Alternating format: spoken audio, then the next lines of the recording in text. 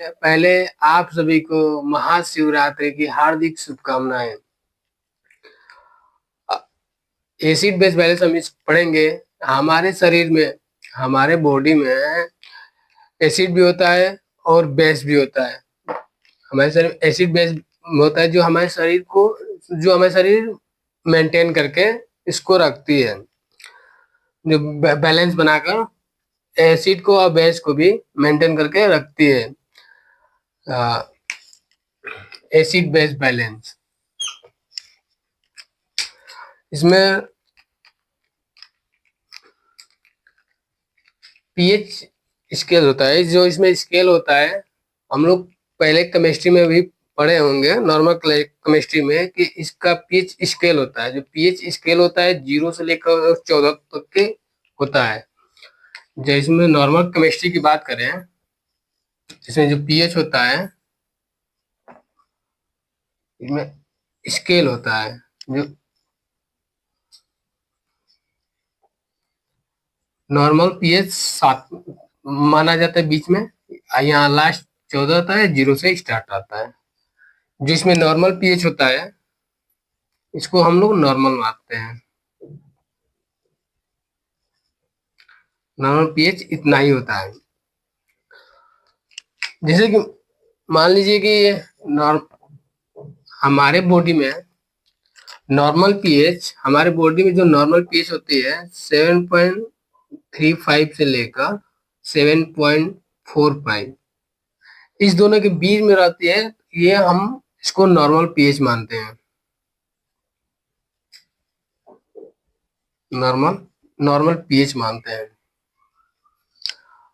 ये अगर 7.35 से कम होता है तो ये एसिडिक होता है, और यही 7.45 से ज्यादा होता है तो इसको एल्कलाइन मानते हैं।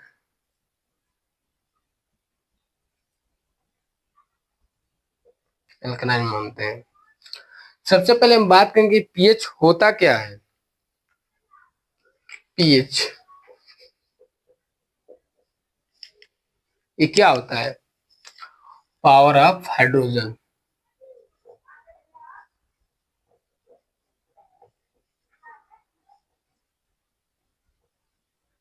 पावर ऑफ हाइड्रोजन, ये पीएच होते हैं। जो हमारे शरीर होती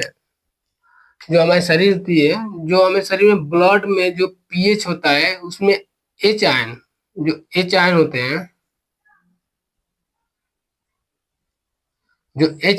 हैं, इसके हम पावर कितना इसका पावर होता है, एच आयन कितना पावर होता है, इसी को हम पीएच कहते हैं। ठीक।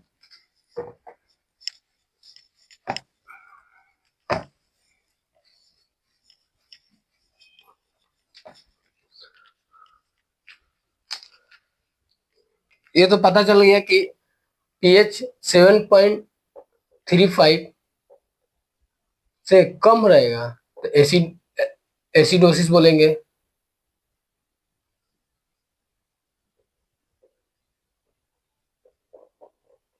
यही 7.45 से ज्यादा रहेगा तो एल्कलोसिस बोलेंगे।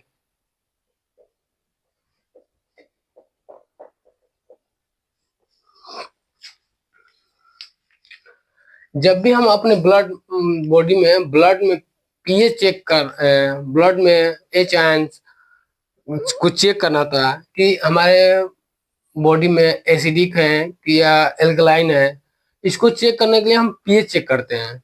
जब पीएच चेक करेंगे तो इसमें यही देखेंगे कि जो पीएच है 7.35 से ज्यादा है तो एल्कलोसिस हो जाएगा। जैसे 7.45 से 7.35 से ज्यादा है तो एल्कलोसिस, 7.45 से ज्यादा होगा तो एल्कलोसिस होगा, और वही 7.35 से कम होगा तो एसिडोसिस होगा। ठीक। जब हम लोग नॉर्मल पीएच जब पीएच चेक करेंगे, उसमें जब पेशेंट का हम एबीजी करेंगे तो उसमें हम देखेंगे PCO2, PCO2 ये क्या होता है? PCO2 क्या होता है? Partial pressure of carbon dioxide, partial pressure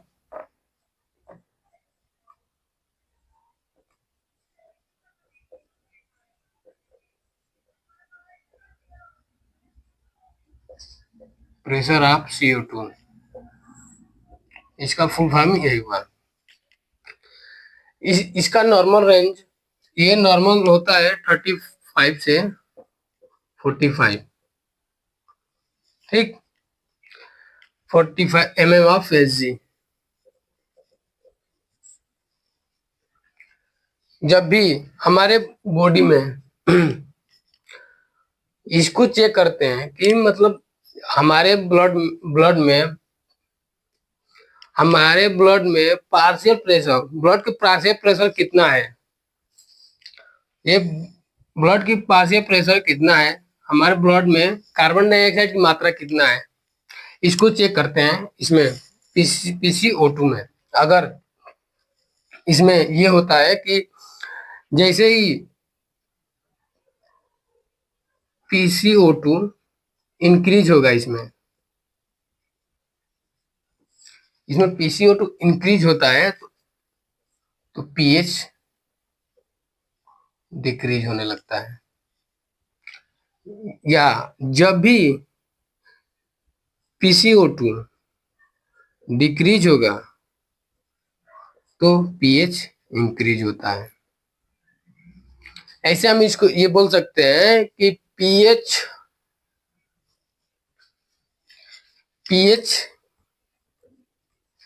in direct proportional CO2, इसको हम ये बोल सकते हैं। इसमें जब भी कार्बन डाइऑक्साइड बढ़ेगा, कार्बन डाइऑक्साइड जैसे बढ़ा तो pH कम होगा, या pH जैसे बढ़ा तो कार्बन डाइऑक्साइड कम होगा। इसके बाद आता है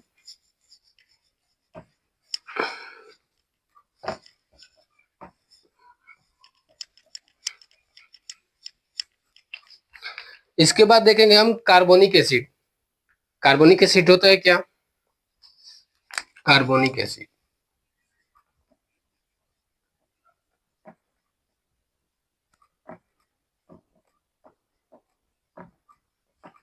कार्बोनिक एसिड होता है H2O, OCO3। इसमें क्या होता है कार्बोनिक एसिड में, इसका नेचर एसिडिक होता है। कार्बोनिक एसिड जो होता है इसका नेचर एसिडिक होता है, ये एसिडिक नेचर का होता है, एसिडिक नेचर का होता है। इसका वैल्यू नहीं होता है कोई, ठीक, इसका कोई वैल्यू नहीं होता है, ये ओनली CO2 पर डिपेंड रहता है।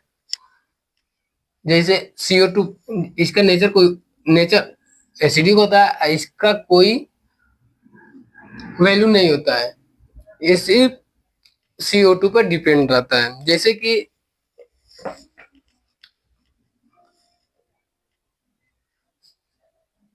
हम लोग CO2 ऑक्सीजन अंदर लिए, जैसे मान लीजिए ये रहा ब्लड,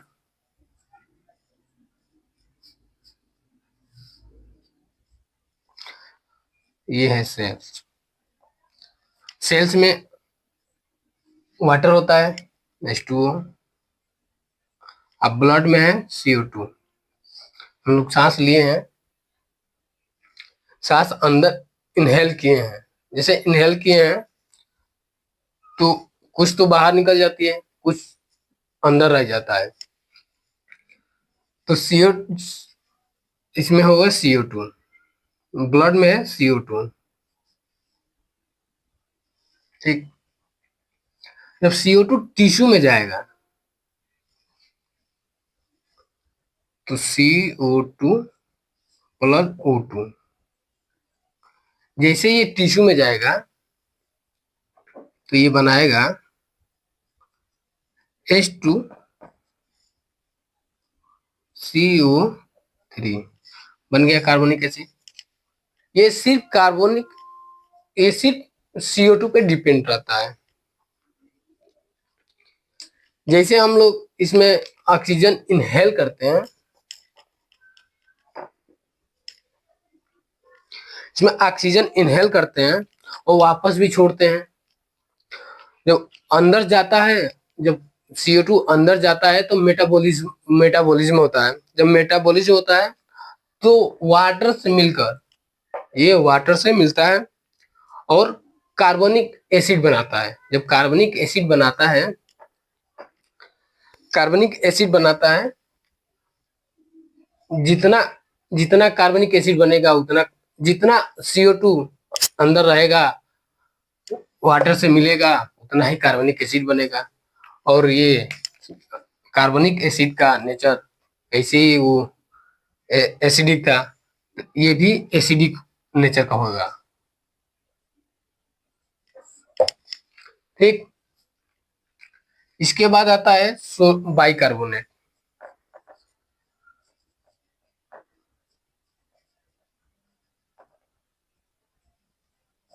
बाइकार्बोनेट SCO3।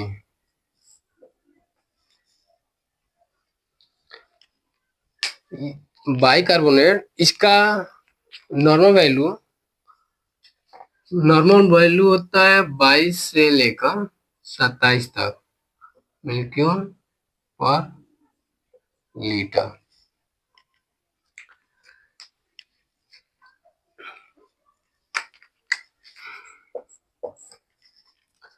जैसे ही इसमें हम ये एल्कलाइन नेचर का होता है। ठीक, इसमें जैसे ही बाइका पीएच, इसमें जैसे ही पीएच इंक्रीज होगा, पीएच जैसे ही इंक्रीज होगा डिक्रीज होगा तो बाइकार्बोनेट भी डिक्रीज होगा।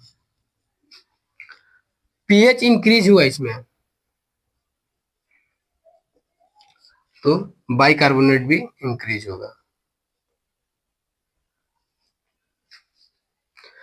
तो इसको हम बोल सकते हैं pH directly proportional CO2 CO3 SCO3 नहीं नहीं नहीं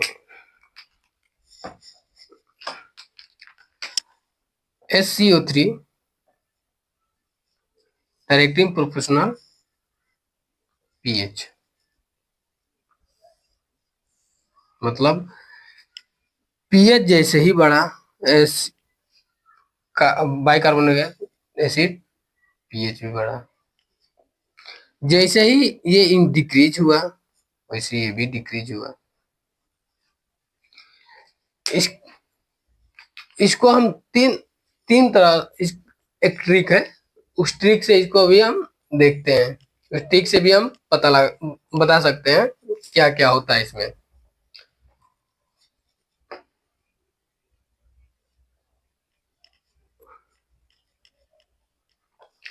जैसे ट्रिक है रोम।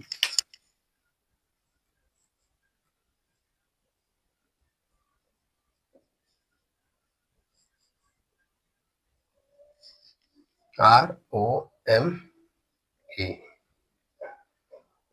रिस्पायरेटरी अपोजिट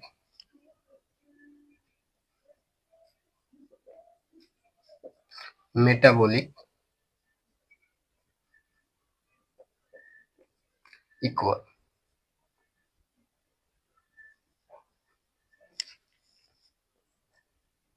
इसको इसको एक मिनट, इसमें जैसे रिस्पायरेटरी अपोजिट और मेटाबॉलिक इक्वल, इसमें जैसे ही अपोजिट होगा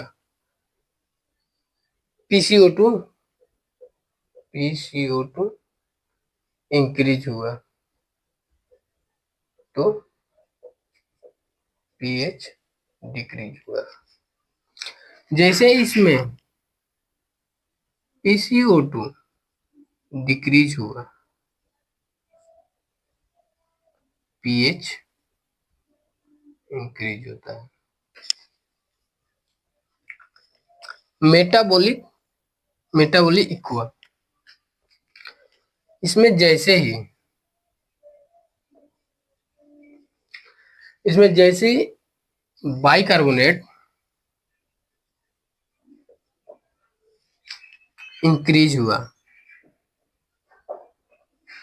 पीएच भी इंक्रीज होगा। बाइकार्बोनेट कम हुआ, पीएच भी कम हो जाएगा। ठीक, आया समझ में? ऐसे हमारे बॉडी में एसिडोसिस, एसिड बेस बैलेंस को हमारी बॉडी मेंटेन करती है। जैसे कंपनसेशन होता है, हम जैसे हमें फीवर हुआ तो बाहर से कोई आक्रमण कर रहा है, तो हम बचने के लिए हम भी तो कुछ करेंगे। जैसे ही देखेंगे हमें इम्यूनिटी सिस्टम कोई हमको हमला कर रहा है, तो फीवर हुआ फीवर हुआ फीवर हुआ तो इम्यूनिटी सिस्टम हम लोग भेजेगी टी लिम्फोसाइट, वो लड़ाई करेगी, कंपनसेशन करेगी। ठीक, वैसे ही ये भी अब बनेगा। अब पढ़ेंगे आगे रेगुलेटरी सिस्टम ऑफ बॉडी, कैसे रेगुलेट होता है।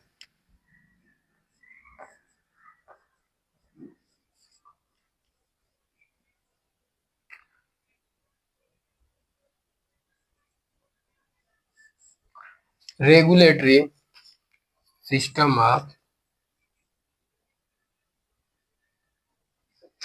बॉडी,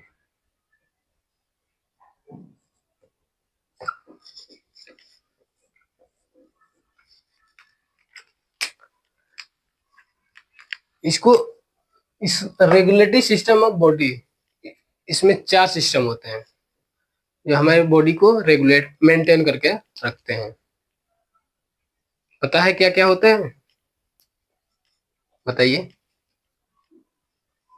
चलिए, पहला केमिकल बफर सिस्टम,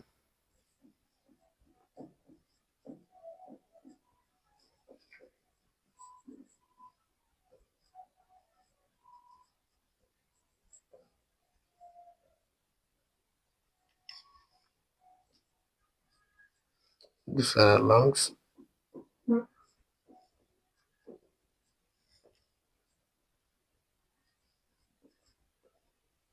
तीसरा किडनी, चौथा पोटेशियम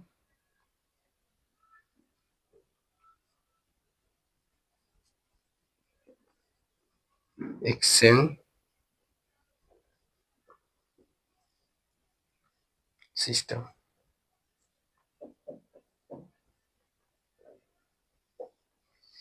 ये चारों सिस्टम हमारे बॉडी को रेगुलेट करके रेगुलर मेंटेन करती है। ये चारों system, chemical buffer system, lungs, kidney, potassium exchange system, इन चारों को एक एक करके हम लोग इसमें पढ़ेंगे। देखिए होता क्या है इसमें।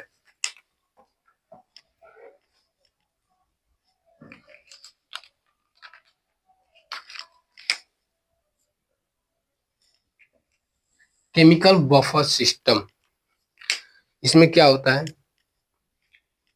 केमिकल बफर सिस्टम हमारे बॉडी में केमिकल्स पाए जाते हैं, जैसे कि इलेक्ट्रोलाइट्स, बाइकार्बोनेट, कार्बोनेट, ये सब केमिकल हमारे बॉडी में पाए जाते हैं। ठीक, ये हो गया, इसमें ये पाए जाते हैं।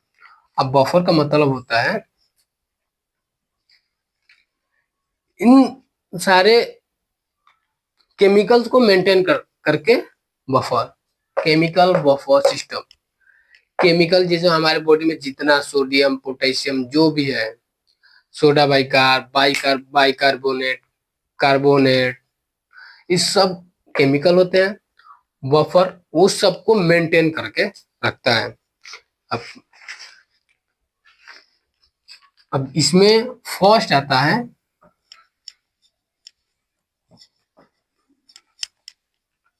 केमिकल बफर सिस्टम में भी के कई पार्ट होते हैं।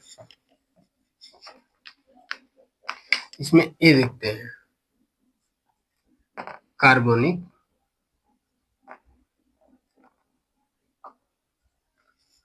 Carbonic acid bicarbonic system. Carbonic acid bicarbonate system.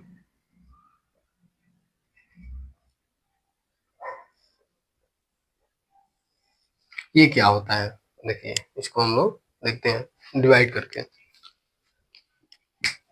Carbonic acid जैसे हो गया,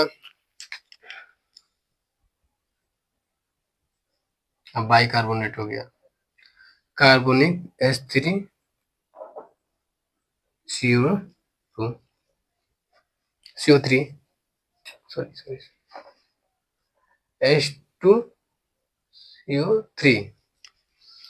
बाइकार्बन क्या हो गया, HCO3। ये कैसे काम करता है, ये हमारे शरीर में कैसे काम करता है।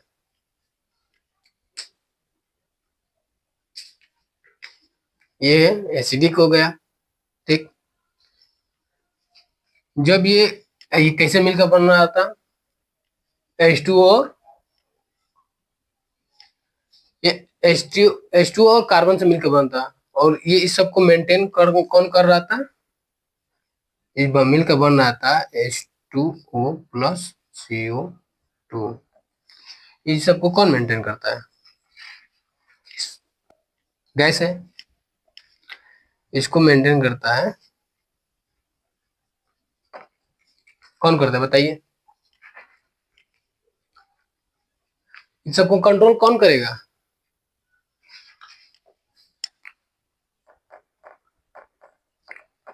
Control by lungs. इस सबको कंट्रोल लंग्स करता है, ठीक। जैसे लंग कंट्रोल करता है, ये जैसे इसका कंडीशन आएगा, हाइपोवेंटिलेटर होगा, हाइपर वेंटिलेशन।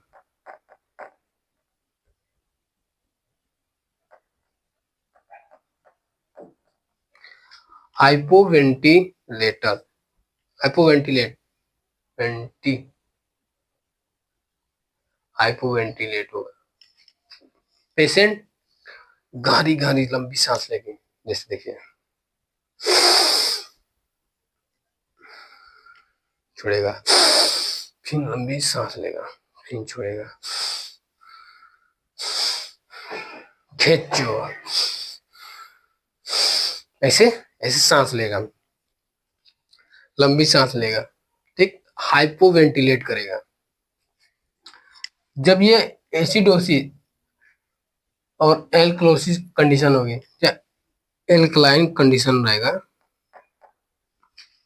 तब क्या होता है, एक एल्कलोसिस की कंडीशन में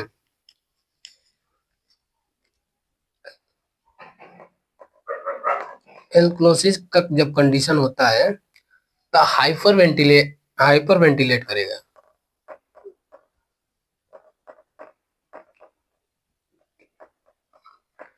हाइपर वेंटिलेट करेगा। जब हाइपर वेंटिलेट करेगा तो जब एसिडोसिस,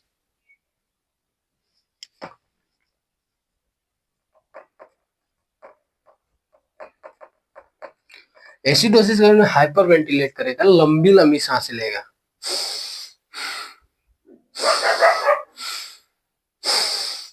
ऐसे से लंबी लंबी सांस लेगा। जब ये एल्कलोसिस कंडीशन आएगा,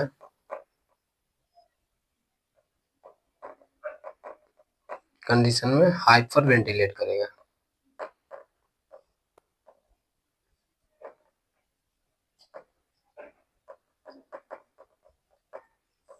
हाइपो वेंटिलेटर, डीप ब्रीथ सांस लेगा, डीप ब्रीथ स्लो,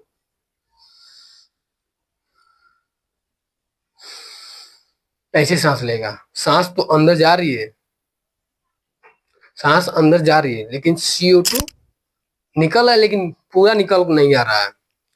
CO2 कुछ अंदर रह जा रहा है, तो ब्लड में CO2 बढ़ रहा है। CO2 बढ़ा, हाइपोवेंटिलेट किया तो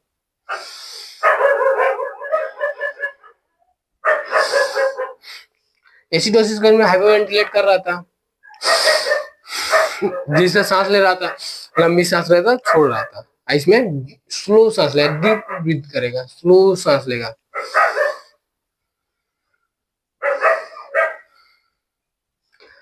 इसमें हाइपोवेंटिलेट होगा, ऑक्सीजन तो लिया, लेकिन कार्बन डाइऑक्साइड अंदर ही रह गया।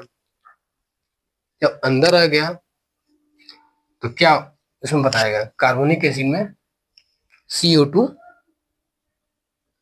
एसिड एसिडोसिस कंडीशन में जैसे ही ये CO2 बढ़ा, इंक्रीज हुआ, तो pH कम हो जाएगा। ठीक, आते हैं बाइकार्बोनेट की तरफ। बाइकार्बोनेट कैसे काम करेगा? अच्छा पहले ये बताइए, हम लोग कितना सांस, ऑक्सीजन हम लोग कितना लेते हैं और कितना बाहर निकालते हैं, कितना इनहेल करते हैं, कितना एक्सहेल करते हैं? CO2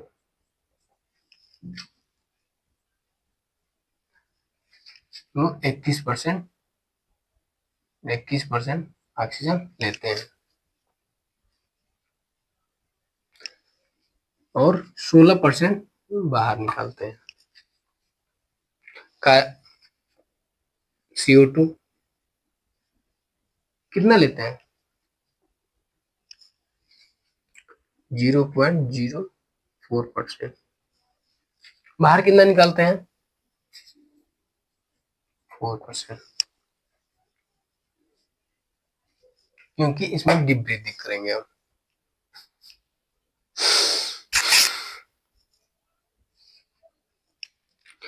अब आया ये सोडा बाइकार्बोनेट। बाइकार्बोनेट ये कहाँ एब्जॉर्ब होता है? हमारे किडनी में एब्जॉर्ब होता है। किडनी में कहाँ होता है बताइए?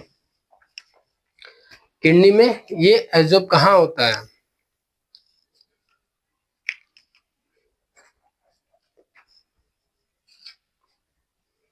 किडनी में तो होता है,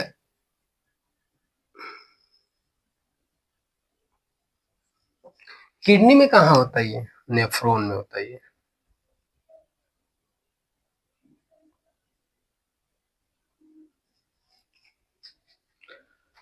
ये किडनी में एब्जॉर्ब होता है,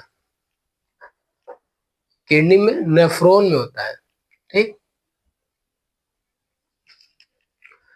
जैसे इसको एसिडोसिस की कंडीशन में क्या होता है?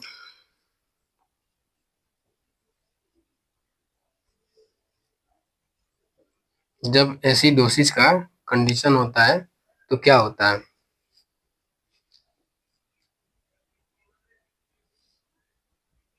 बताइए?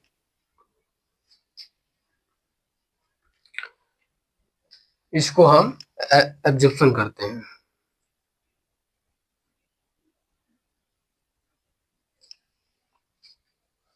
अंदर लेते हैं। एल्कोलोसिस की कंडीशन में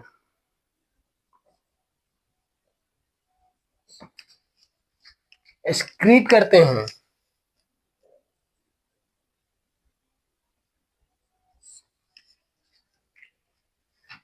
ठीक, एक बात बताइए,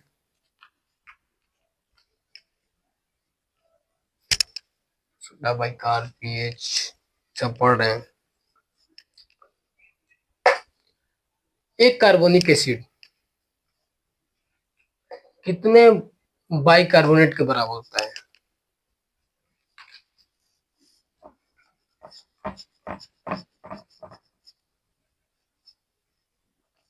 बताइए।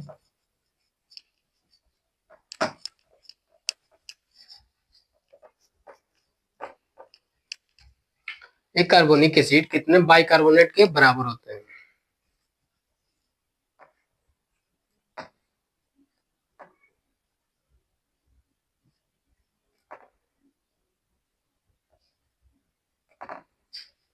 बराबर क्या होता है, कितने के बराबर होता है ये बताइए।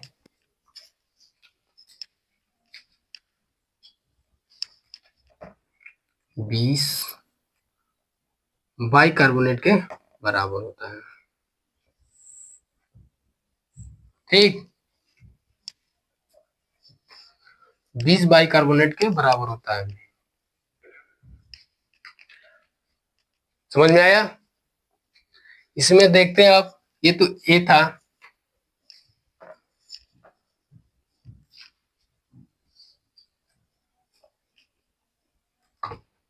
एक एक केमिकल बफर सिस्टम का ही कार्बोनिक एसिड बाइकार्बोनेट सिस्टम पढ़ लेते हैं ए। अब पढ़ेंगे इसमें B, कोलाइज shift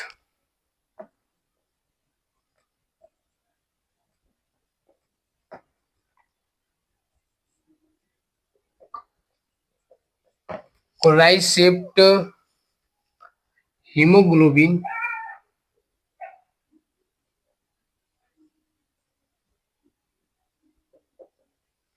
haemoglobin system.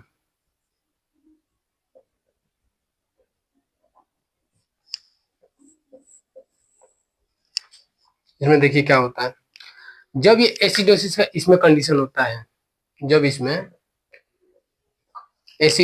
Acidosis की कंडीशन होता है,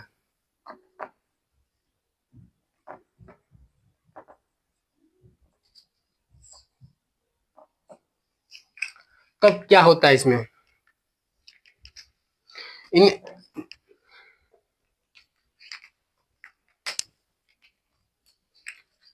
जैसे इसमें पीएच CO2 इंक्रीज होगा, देखिए क्या होता है। ये रहा हमारा ब्लड,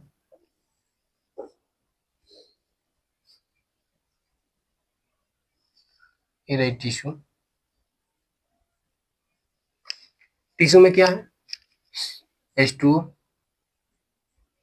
ठीक, क्या इंक्रीज हो रहा है CO2। जैसे CO2 इंक्रीज हो रहा है, इसमें CO2 हो रहा है, ये ब्लड से किस में जा रहा है, टिश्यू में। टिश्यू में क्या है, वाटर,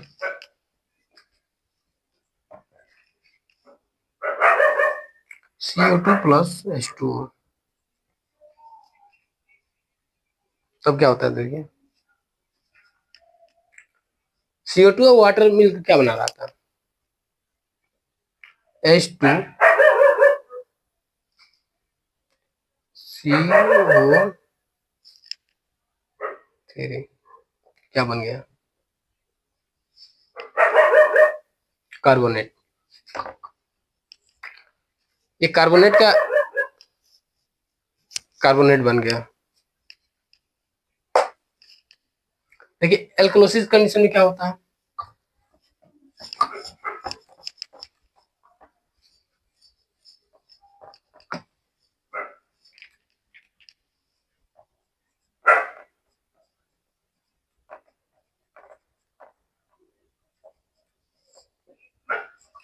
एल्कलोसिस कंडीशन में क्या होता है,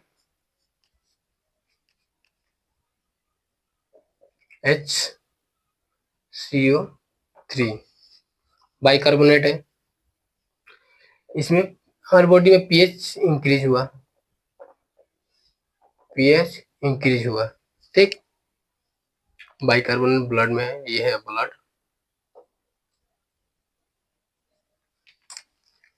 रहा ब्लड, ये रहा टिश्यू।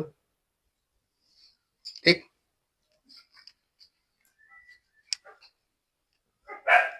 में H2O भी है, वाटर भी है ना, इसमें HCO3। ठीक, ये गया टिश्यू में।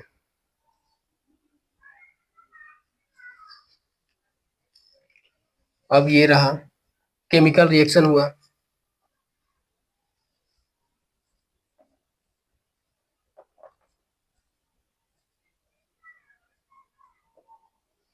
केमिकल रिएक्शन होने के बाद देखिए क्या हुआ। ये है, क्या मिल रहा है, carbonic acid H2O SCO3 plus H2O, क्या बना देख कर बताइए।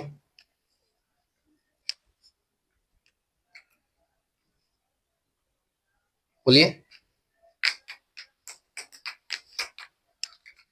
ये बना H2CO3 बना। इस तरह से हमारा बॉडी पीएच को मेंटेन करता है।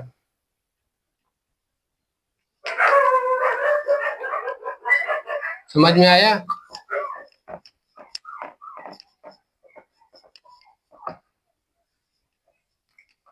अब हो गए बी। अब केमिकल बफर सिस्टम का तीसरा type C, phosphate system. Phosphate system में क्या होता है,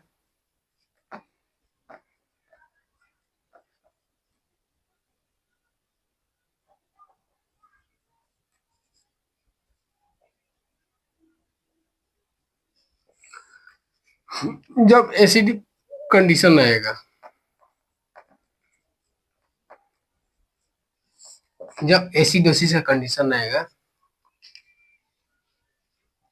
तो हमारी बॉडी जो H आयंस है उसको बाहर निकालेगी, सिक्रिएट करेंगे। जो H आयन है,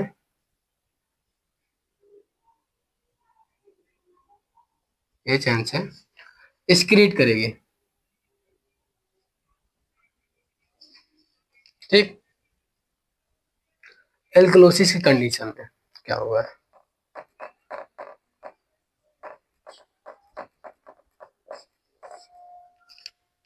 रीअब्जॉर्ब करेगी।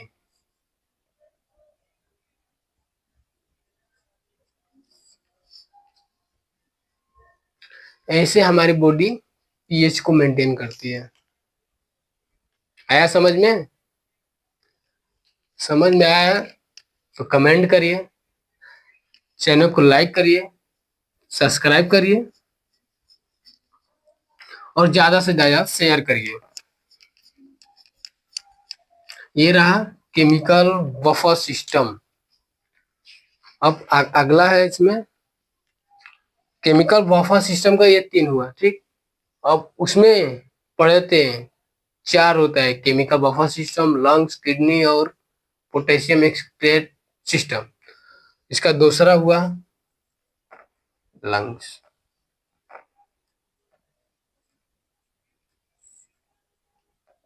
इसमें देखिए क्या हुआ, इसमें एसिडोसिस, एसिडिक कंडीशन, एसिडोसिस का कंडीशन हुआ।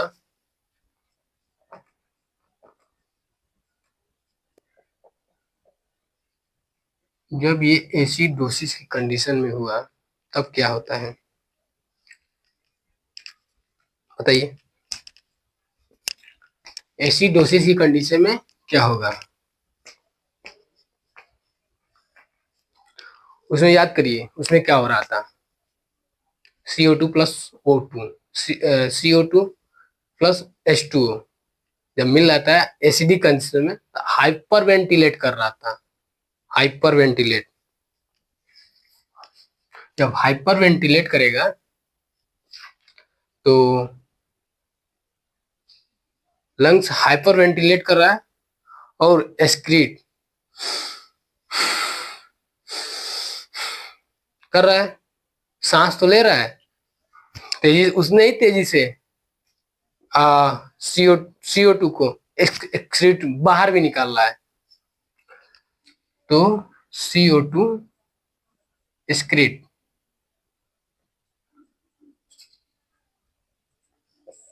ट्रीट कर रहा है।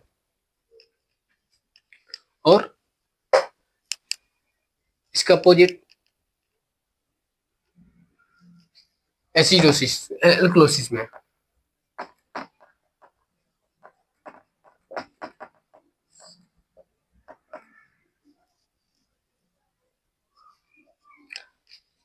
उसमें याद करिए, उसमें क्या कर रहा था, जब CO2 H2O प्लस CO2 मिलकर हाइपर वेंटिलेट कर रहा था एसिडोसिस कंडीशन में। एल्कलोसिस में हाइपर वेंटिलेट करता है, हाइपोवेंटिलेट। जब हाइपोवेंटिलेट करेगा तो स्लो ब्रीदिंग करेगा, ऐसे जैसे रामदेव बाबा करते हैं,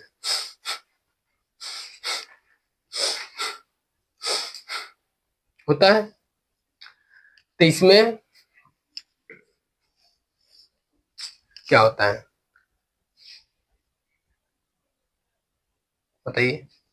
इसमें तो ऑक्सीजन, कार्बन डाइऑक्साइड बाहर निकल रही थी, इसमें कार्बन डाइऑक्साइड बाहर नहीं निकलेगी, इसमें CO2 रीएब्जॉर्ब होगा।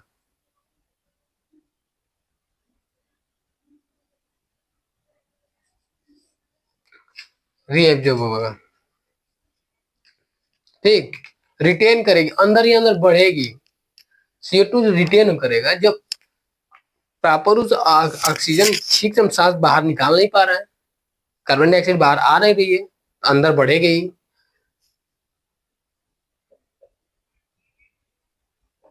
रिटेन हो रहा है, ठीक। अब देखते हैं किडनी।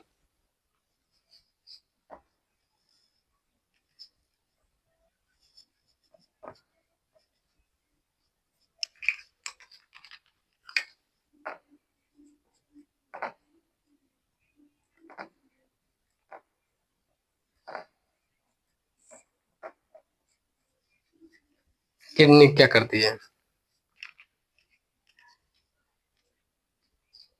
बताइए। उसमें उसमें क्या हो रहा था, बाइकार्बोनेट में क्या हो रहा था, जब बाइकार्बोनेट हमारे किडनी में अब्जॉर्ब हो रही थी, किडनी बाइकार्बोनेट किडनी में कहा, नेफ्रॉन में, इसमें क्या हो रहा है, इसमें रीअब्जॉर्ब तो होगा,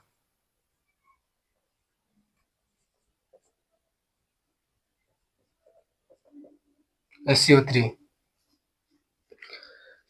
क्या बाहर निकलेगा, एक्सक्रीट क्या करेगी लंग्स को, किडनी, किडनी में नेफ्रॉन एक्सक्रीट क्या करेगी,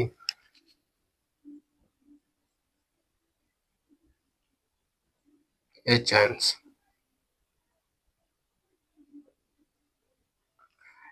को ये बाहर निकालेगी। सेम इसके अपोजिट एल्कलोसिस में होगा। ये एसिडोसिस कंडीशन था तो हुआ, एसिडोसिस कंडीशन में।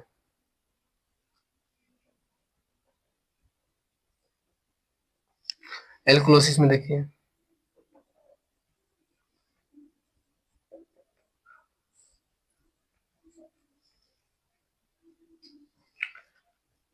इसमें रीअब्जॉर्ब क्या करेगी,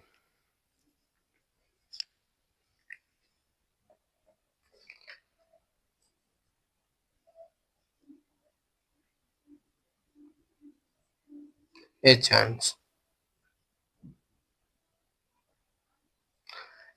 को तो रीअब्जॉर्ब करेगी, बाहर क्या निकालेगी, इसमें bicarbonate excreted,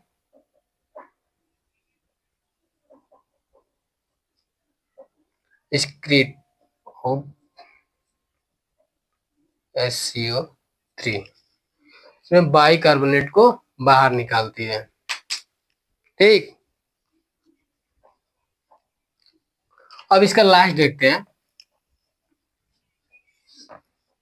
chemical buffer system, lungs, kidney. अब लास्ट रहा वो वेरी वेरी इंपॉर्टेंट है, ये potassium exchange system.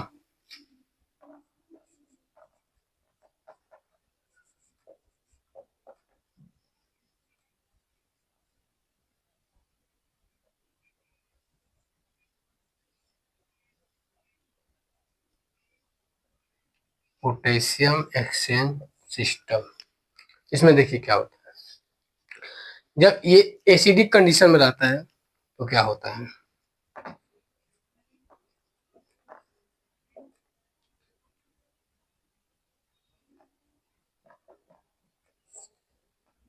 Acidosis condition में क्या होता है, पोटेशियम पोटेशियम की बात कर रहे हैं हम, पोटेशियम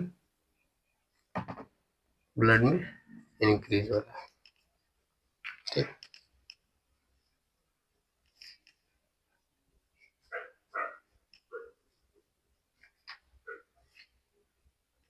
कैसे इंक्रीज हो रहा है ये देखिए, ये रहा हमारा ब्लड,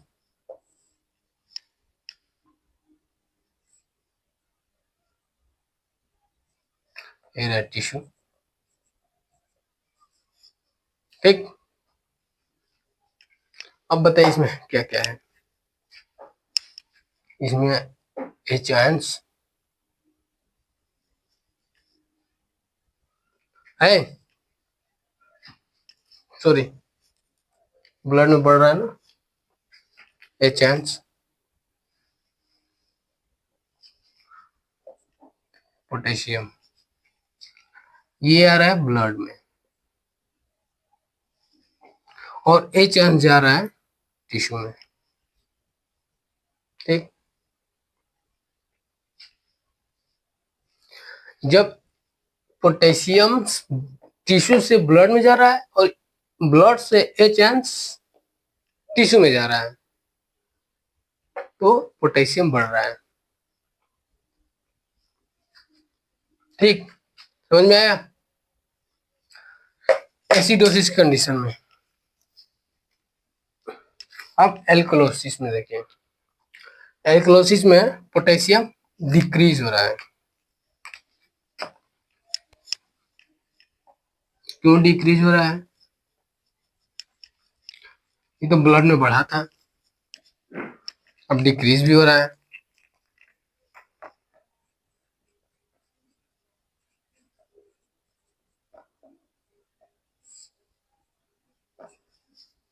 इसमें पोटेशियम कम हो रहा है, डिक्रीज हो रहा है। क्यों हो रहा है बोलिए। एसिडोसिस में तो टिश्यू से ब्लड में आ रहा था, तो पोटेशियम जब हम एबीजी करेंगे तो उसमें पोटेशियम बढ़ा हुआ दिखाई देगा और एच कम ब्लड में। देखिए इसमें पोटेशियम जब कम दिखाई दे रहा है, ये रहा हमारा ब्लड, ये रहा टिश्यू, इसमें है एच आयंस, इसमें है पोटेशियम। अब पोटेशियम ब्लड से कहा जा रहा है, टिश्यू में, एच आ रहा है ब्लड में। ब्लड से पोटेशियम इसमें जाएगा टिश्यू में, ब्लड में पोटेशियम कम होगा, एच आयंस बढ़ेंगे, तो ऐसे ही पोटेशियम डिक्रीज होगा। समझ में आया आप सभी को, बोलिए।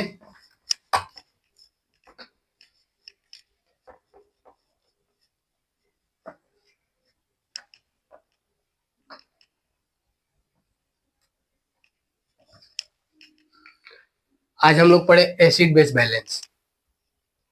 आई होप आप लोग सभी समझ में आया होगा। फिर मिलते हैं इसके अगले पार्ट, ये तो बैलेंस था, इसके हम पढ़ेंगे acid base imbalance, acid base imbalance के बारे में पढ़ेंगे। अब इसके पार्ट 2 अगला वीडियो कल पढ़ेंगे। आई होप वीडियो अच्छी लगी होगी।